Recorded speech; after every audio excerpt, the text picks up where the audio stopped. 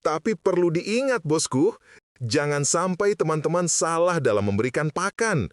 Karena pakan yang salah bukan cuma bikin ayam kurus, tapi bisa bikin ayam sakit, bahkan berujung kematian. Assalamualaikum warahmatullahi wabarakatuh. Halo bosku, apa kabar semuanya? Semoga teman-teman selalu dalam keadaan sehat dimanapun berada. Jangan lupa terus dukung channel ini dengan cara klik tombol like, subscribe, dan aktifkan tanda lonceng agar bosku tidak ketinggalan video berikutnya. Di kesempatan kali ini, kita akan sharing tentang pakan ayam pembesaran. Racikan pakan yang sederhana, mudah diaplikasikan, ayam lahap makannya, gemuk-gemuk, dan pertumbuhannya cepat. Bosku, hampir semua peternak ayam punya keinginan yang sama. Ayamnya sehat, ayamnya cepat besar, dan biaya pakan bisa ditekan. Masalahnya bukan di niatnya bosku, tapi di cara. Karena banyak peternak terlalu fokus ingin menekan biaya pakan sampai akhirnya melakukan kesalahan fatal. Bukannya hemat, ayam malah kurus. Bukannya untung, ayam malah sakit. Bahkan tidak sedikit yang akhirnya mati. Makanya, di video ini, saya ingin mengingatkan sejak awal. Hemat itu penting, tapi salah pakan itu bahaya. Di video kali ini, kita akan bahas dua hal utama. Pertama, racikan pakan pembesaran yang aman dan terbukti secara lapangan. Kedua, jenis pakan berbahaya yang sering dianggap sepele, padahal dampaknya fatal. Bosku, sebelum lanjut ke inti materi, saya ingatkan seperti biasa. Silahkan cek kolom deskripsi.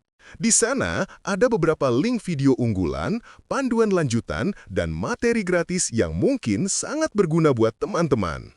Baik, kita mulai dari dasar dulu. Untuk pakan utama ayam pembesaran, saya menggunakan fur pabrikan. Namun, tidak full bosku. Kita kombinasikan supaya lebih hemat tapi tetap aman untuk pertumbuhan. Komposisinya sebagai berikut. Pakan pabrikan 80%. Dedak bekatul 10%, jagur giling 10%. Jadi perbandingannya adalah 80:10. Kenapa pakan pabrikannya tetap mendominasi bosku? Karena di fase pembesaran, ayam butuh protein stabil. Kalau dedak dan jagung terlalu banyak, ayam susah mengejar bobot. Dengan racikan ini saja, sebenarnya pertumbuhan ayam sedikit lebih lambat dibanding full pabrikan, tapi masih aman dan biaya pakan jauh lebih hemat. Untuk menutup potensi perlambatan pertumbuhan itu, kita tambahkan pakan tambahan. Tapi ingat, hanya tambahan bukan pengganti. Pakan tambahan yang saya gunakan adalah nasi sisa. Perlu dicatat dengan tegas, bosku, nasi sisa bukan pakan utama. Nasi sisa hanya penambah energi. Contohnya begini, kalau kebutuhan pakan ayam per hari adalah 1 kilogram, maka pakan utama tetap 1 kilogram.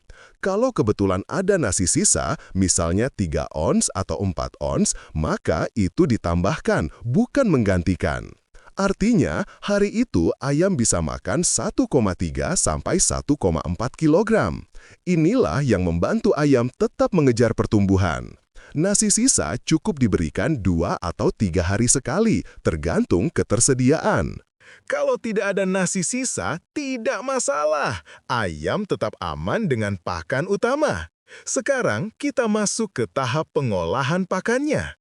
Campuran fur, dedak, dan jagung tadi kita tambahkan air. Perbandingannya 1:1. Kalau pakan 1 kilo, airnya sekitar 1 liter. Tambahkan gula sedikit saja, cukup sepucuk sendok. Gula ini berfungsi sebagai sumber energi awal bagi bakteri baik. Lalu tambahkan EM4 sekitar setengah tutup botol, karena ini hanya untuk 1 kali pemberian, tidak perlu banyak. Aduk rata, lalu diamkan selama 15-30 menit. Di awal, pakan memang terlihat basah dan becek, tapi setelah didiamkan, pakan akan mengembang, menjadi remah, dan tidak lengket. Pakan seperti ini lebih mudah dicerna ayam. Setelah pakan utama kita racik dengan benar, langkah berikutnya yang tidak kalah penting adalah tambahan hijauan. Ini sering dianggap sepele, padahal efeknya besar untuk kesehatan ayam. Bosku, di alam liar, ayam itu bukan cuma makan biji-bijian. Ayam adalah pemakan segala. Ayam butuh serat, vitamin, dan mineral dari daun-daunan. Hijauan yang bisa kita manfaatkan itu banyak sekali di sekitar kita.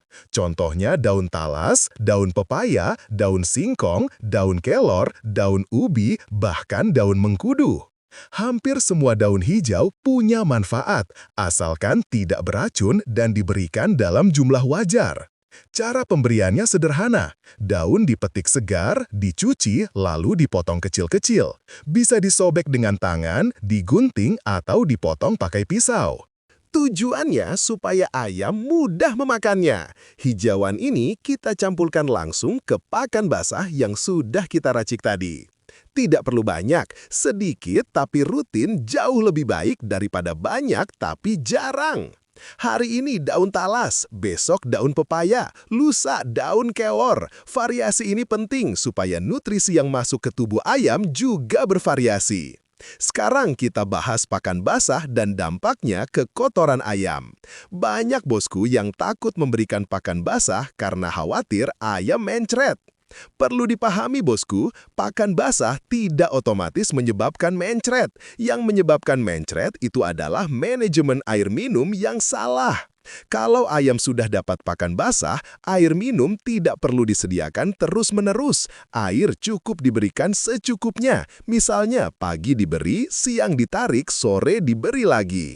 Dengan pola ini, pencernaan ayam tetap seimbang, kotoran tetap padat, tidak encer, dan tidak berbau menyengat. Di kandang saya, walaupun pakai pakan basah, kotorannya tetap kering, lalat minim, bau hampir tidak ada. Ini karena ada peran E4 dan gula di dalam pakan. E4 membantu menumbuhkan bakteri baik di pencernaan ayam. Bakteri ini membantu penyerapan nutrisi dan menekan bakteri jahat. Selain itu, E4 juga membantu mengurangi bau kotoran. Ini penting, terutama buat bosku yang ternaknya di dekat rumah. Menariknya lagi, pakan basah dan fermentasi ini sering mengundang BSF alami. Lalat BSF bertelur di sekitar kandang, lalu menetas jadi maggot. Maggot ini membantu mengurai kotoran ayam. Kalau mau, maggot bisa diambil dan diberikan kembali ke ayam sebagai protein tambahan. Kalau tidak, biarkan saja, dia tetap membantu kebersihan kandang. Sekarang kita masuk ke pakan tambahan berupa nasi sisa. Ini bagian penting bosku, karena sering terjadi kesalahan fatal di sini. Nasi sisa boleh diberikan, tapi dengan syarat tidak basi. Nasi basi itu berbahaya, bisa menyebabkan ayam sakit, kurus, bahkan mati. Kalau bosku punya nasi sisa banyak, sementara ayam sedikit, ada beberapa solusi. Pertama, nasi bisa dijemur sampai kering jadi nasi aking. Nasi aking ini bisa disimpan lama dan aman. Kalau musim hujan tidak bisa jemur, nasi bisa disimpan di kulkas 1 atau 2 hari. Selama belum bau dan belum asam, masih aman. Yang tidak boleh adalah memberikan nasi yang sudah berlendir, bau menyengat atau berubah rasa. Ini pantangan. Selain nasi basi, ada beberapa pakan berbahaya lain yang sering tidak disadari. Pertama, makanan kadaluarsa. Roti kadaluarsa, sosis kadaluarsa, mie kadaluarsa, dan sejenisnya. Walaupun kelihatannya masih bagus, di dalamnya bisa mengandung bakteri berbahaya.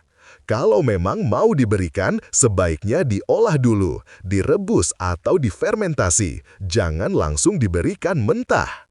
Kedua, pakan berjamur. Dedak bekatul yang disimpan terlalu lama sering berjamur. Tandanya bau tengik dan menggumpal. Pakan berjamur ini sangat berbahaya. Jamur menghasilkan racun yang bisa merusak organ ayam. Ketiga, sayuran basi. Ini sering terjadi. Sayuran sisa dapur yang sudah basi diberikan ke ayam. Kalau pencernaan ayam kuat, mungkin tidak apa-apa. Tapi kalau tidak, ayam bisa mencret, daya tahan turun, dan mati. Ingat bosku, ayam pembesaran itu memang kuat, tapi bukan berarti kebal. Di titik ini bisa kita simpulkan satu hal. Pakan sehat bukan selalu mahal, tapi pakan salah pasti berbahaya. kontrol bahan, kontrol air minum, kontrol kebersihan, dan konsisten. Itu kuncinya. Setelah pakan utama kita racik dengan benar, langkah berikutnya yang tidak kalah penting adalah tambahan hijauan. Ini sering dianggap sepele, padahal efeknya besar untuk kesehatan ayam. Bosku, di alam liar, ayam itu bukan cuma makan biji-bijian. Ayam adalah pemakan segala. Ayam butuh serat, vitamin, dan mineral dari daun-daunan. Hijauan yang bisa kita manfaatkan itu banyak sekali di sekitar kita.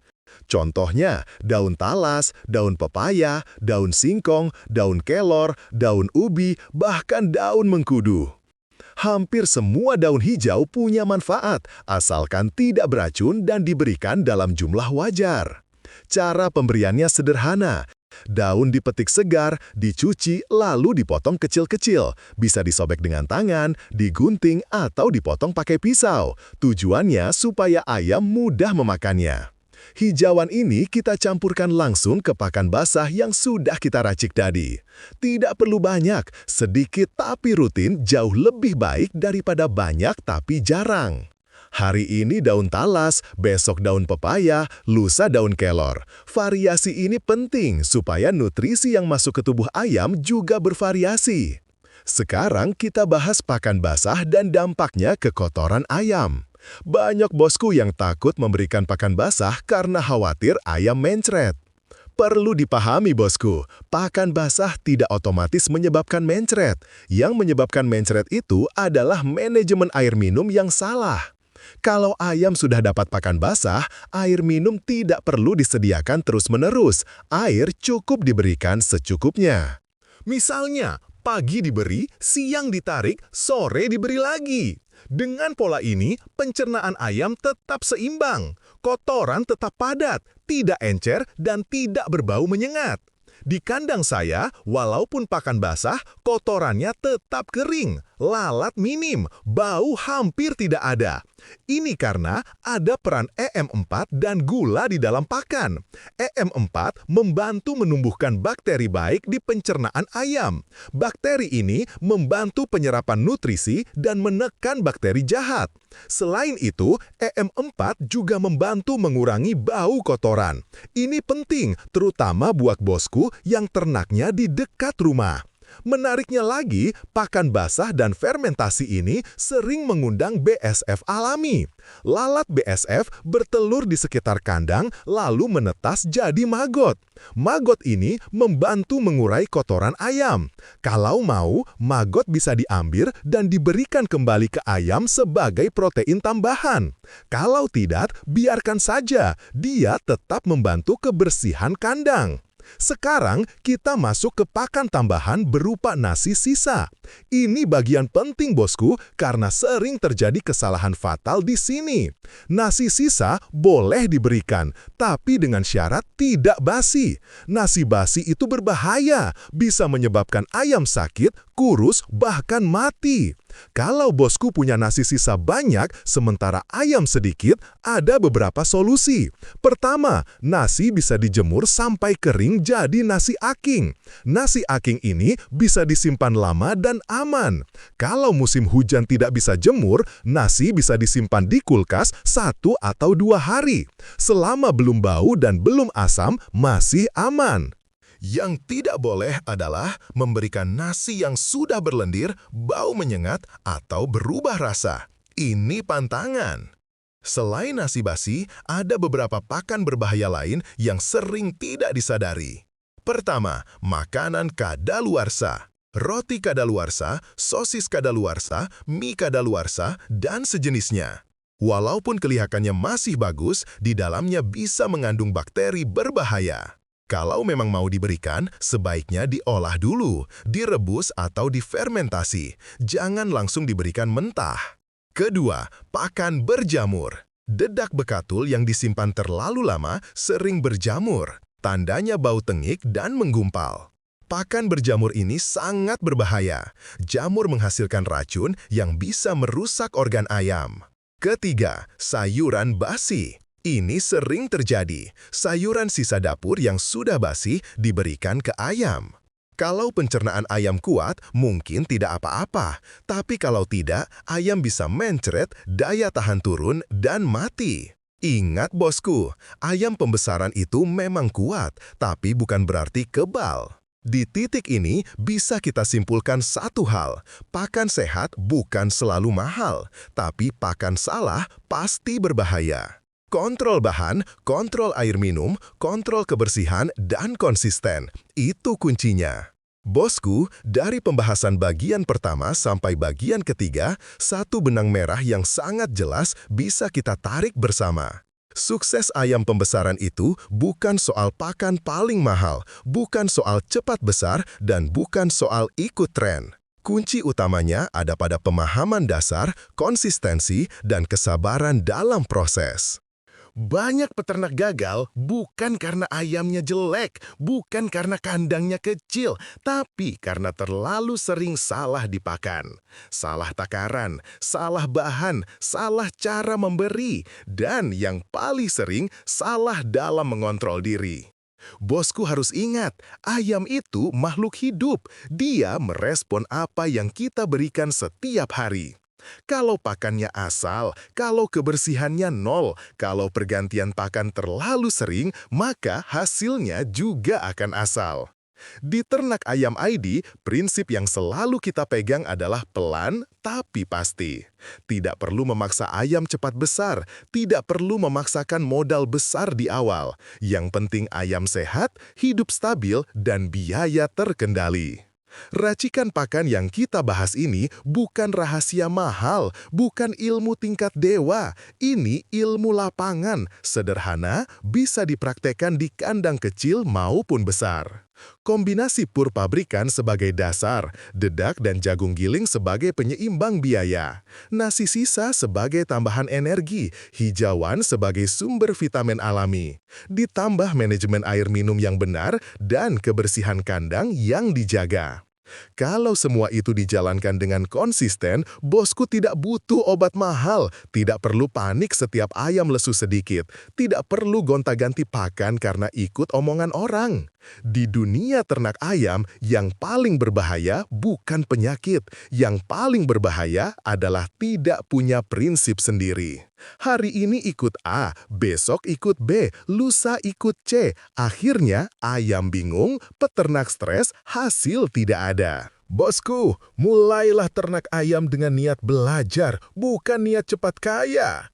Kalau niatnya belajar, setiap masalah jadi ilmu. Kalau niatnya cepat kaya, sedikit masalah langsung menyerah. Banyak peternak sukses hari ini juga pernah gagal, pernah ayam kurus, pernah ayam mati, pernah rugi. Tapi mereka bertahan, memperbaiki, dan disiplin. Ayam pembesaran yang sehat itu bukan hasil satu hari, bukan hasil satu racikan, tapi hasil kebiasaan yang diulang setiap hari. Kalau bosku konsisten memberi pakan dengan benar, konsisten menjaga kandang tetap bersih, konsisten mengontrol ayam setiap hari, maka hasil akan mengikuti. Jangan minder kalau kandang masih kecil, jangan minder kalau ayam masih sedikit. Semua peternak besar juga pernah berada di titik itu. Yang penting bukan besar kecilnya kandang, tapi benar tidaknya cara memelihara. Bosku, pesan terakhir dari saya, jangan pernah memberi ayam pakan yang bosku sendiri ragu untuk memakannya. Karena cepat atau lambat, ayam itu akan dikonsumsi oleh kita dan keluarga kita. Kalau pakannya sehat, ayamnya sehat, yang makan juga sehat. Itulah filosofi sederhana di Ternak Ayam ID. Terus belajar, terus praktek, terus evaluasi, dan jangan mudah menyerah hanya karena satu masalah. Kalau video ini bermanfaat, bantu channel Ternak Ayam ID dengan klik like, subscribe, dan share ke teman-teman peternak lainnya. Supaya semakin banyak peternak yang belajar dengan benar, supaya semakin sedikit yang gagal karena salah pakan. Dan supaya kita bisa maju bareng, pelan tapi pasti. Sampai jumpa di video berikutnya. Salam sukses untuk seluruh peternak Indonesia. Wassalamualaikum warahmatullahi wabarakatuh. Salam sukses untuk para peternak Nusantara.